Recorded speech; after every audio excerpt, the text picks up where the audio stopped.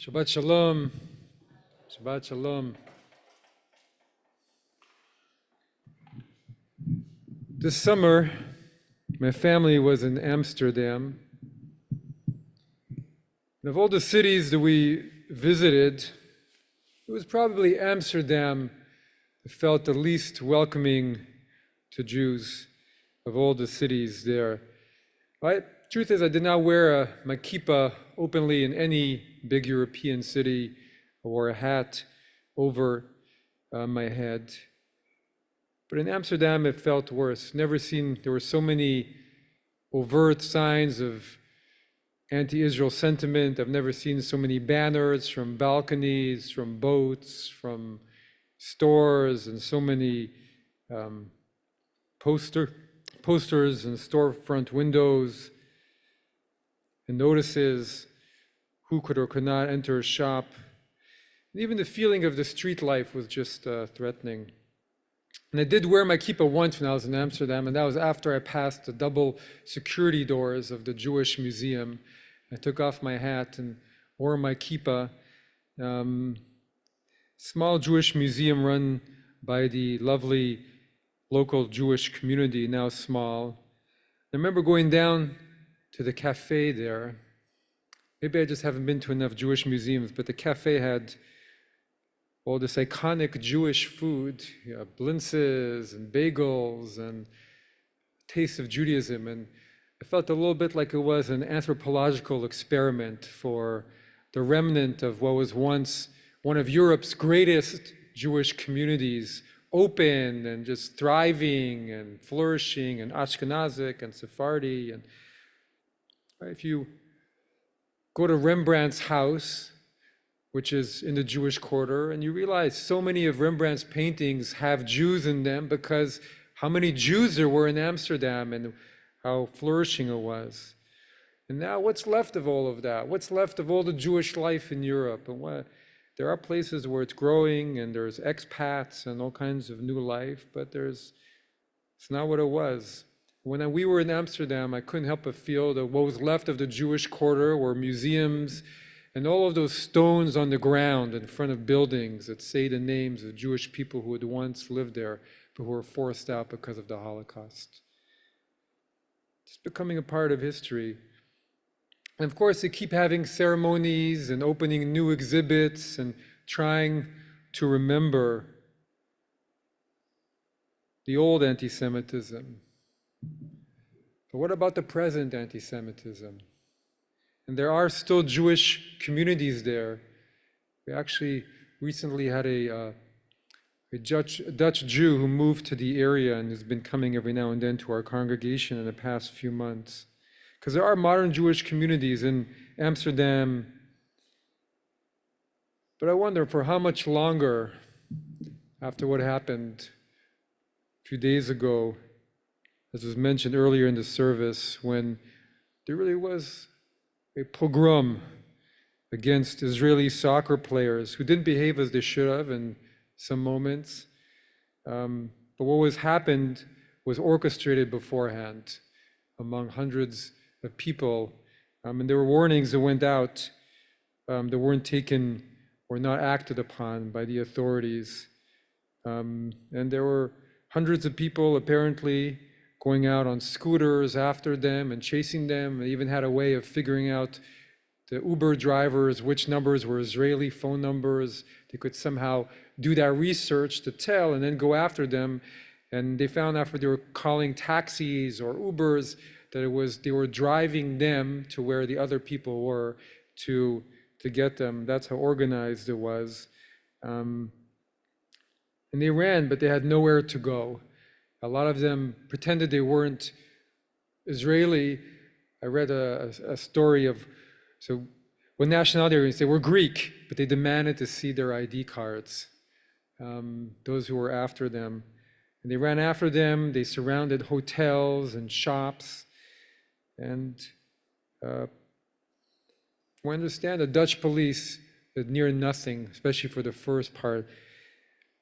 When my wife heard about all this, she said she wasn't surprised because when we were in Amsterdam, there were no police anywhere. We didn't see any police there except at the airport.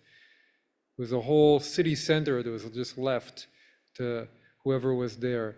And 10 people in particularly were viciously cornered, and 5 ended up in the hospital, and they were transported back to Israel. I saw the picture of, and these were not just young men. There were families and elderly and parents and children, and I saw a picture of a middle-aged woman coming back to Ben Gurion with tears in her eyes from what had happened and being chased around Amsterdam.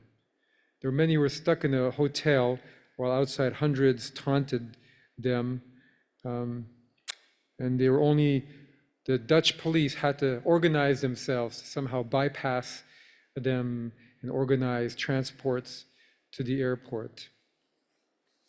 So the Dutch king made a statement. He said, well, we failed the Jews during the Holocaust, and we failed them again last night. And there were equally also very strong statements from other European leaders calling the actions vile and terrible, and how they could understand how that would remind us, the Jewish communities worldwide, of pogroms. The mayor of Amsterdam said there had been recently an explosion of anti-Semitism unlike anything he'd seen.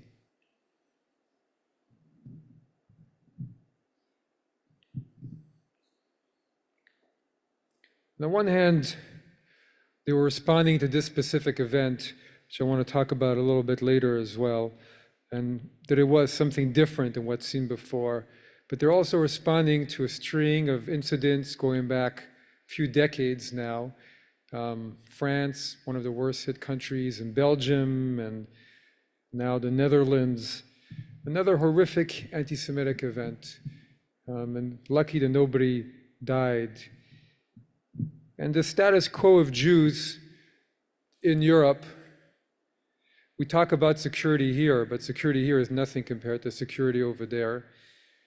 I remember once talking to a French Jewish community, and they used to have their services in an apartment, and nobody knew where it was. But then when the police found out, they said, we have to guard it. So they brought a battalion of soldiers and barriers, and they said, well, now everybody knows where our services are. And yet this was something also different. This was an escalation from what we've seen before in Europe, because this was a mob that was organized. What I was thinking about hearing these statements was powerful statements, but where are the actions? Where were the police? And where is the education that should have gone in 20 years ago to prevent this from happening? How could they allow the streets to be taken over? When people don't care, when people in general don't care for something and let the situation go downhill and let bad elements come into a situation, whatever it is, the situation becomes worse and worse and deteriorates until it's very hard to act and to do anything. And then you're ended up in a status quo that's very difficult to change, and something drastic has to happen to overcome it. And I'm not making the comparison between Amsterdam and other European cities and what I'm about to talk about, but a more general statement. Because the Torah does describe what happens when societies let in hate and let in vengeance and lawlessness, and it leads to more violence and to the worst of mankind. What we read about last week in the stories of Noah, that there was Hamas, lawlessness in the land. The land was full of Hamas and violence, lawlessness. We're going to read about next week the stories of Abraham and of Lot's nephew, who moves to Sodom and Gomorrah, and there God decrees that those cities have to be destroyed because of their sin. And Abraham tries to save them and say, what if there are 50 people, and goes all the way down to what if there were 15 good people? What if there are 15 good people in that society? And God says, okay, if there are 15 good people, I won't destroy it. But then we see how bad that society had deteriorated in the story itself, when divine visitors go to visit Sodom and to see Lot, and the crowd comes up to the house in one of the worst incidents in the Torah, and they call on Lot to surrender the divine visitor, the angel, to come out so that they can abuse him. That was the kind of society that developed in that place. And really, it's a warning. All these stories are warnings about what happens to a society. But really, the worst warnings in the whole Bible and the whole Torah about what happens to a society really happen throughout the book of Kings, and about what happens to our own society, to Jewish society and Israel society, when they let in corruption and evil. What are the stories of kings about? When Jewish kings of Judah or of Israel start to let in a little bit of corruption or try and change something and not follow the ways, the moral and ethical ways. And suddenly, by the end of their rule, everything's gone completely haywire.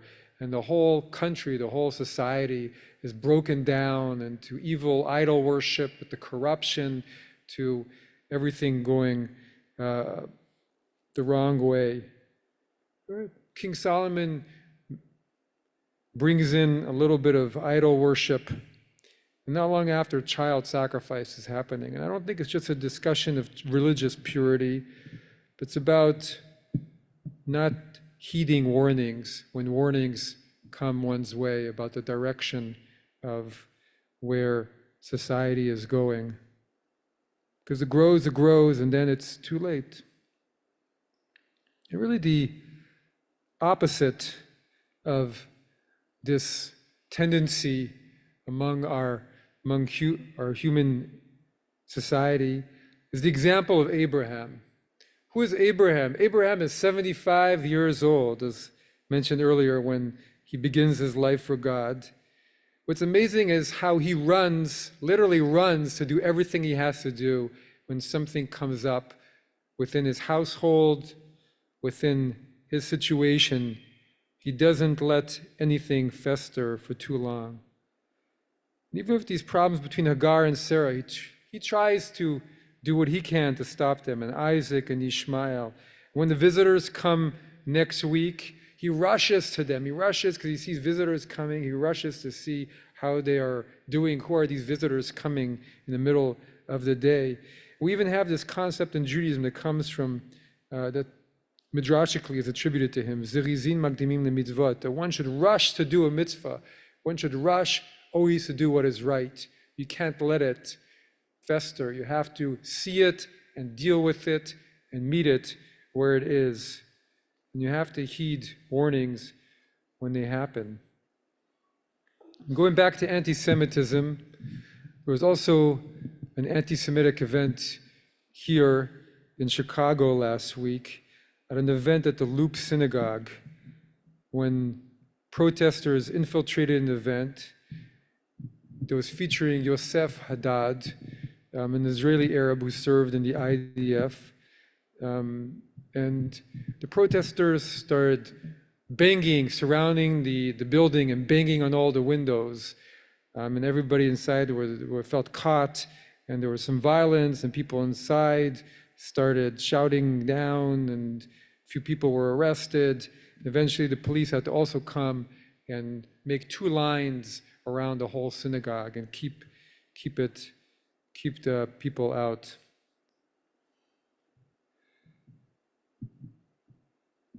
So if we turn back, today is also Kristallnacht, the commemoration of Kristallnacht.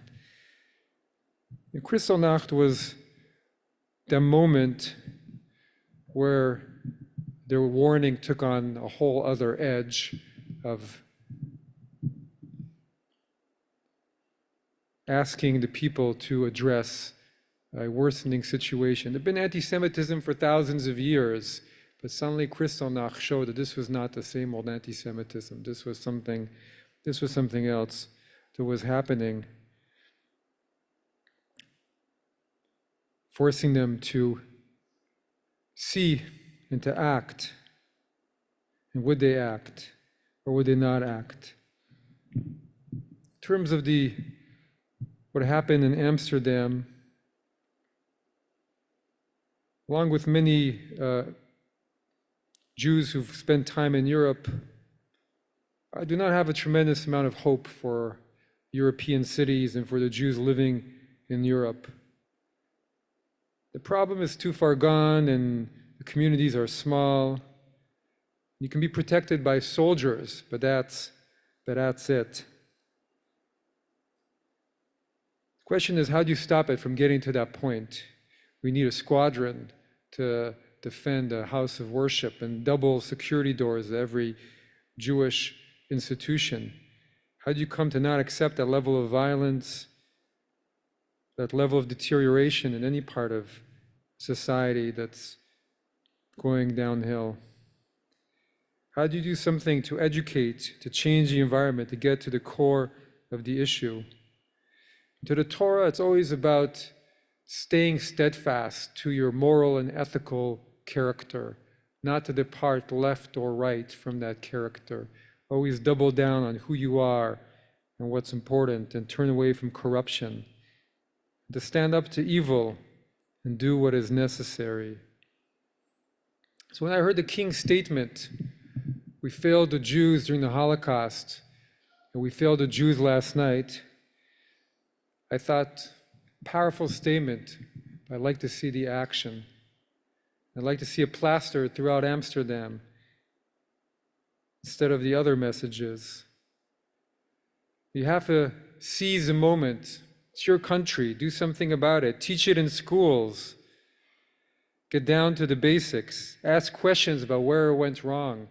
Ask yourself, how can we make it better? How we can meet every challenge, meet every moment in the Abraham way of doing it. Not let it fester, but ask the question, what happened and how can we make it better? And to do everything we can. This is the American way too, as Abraham. To be active, to meet all the concerns head on, with our voices, our feet, our political power, our pen.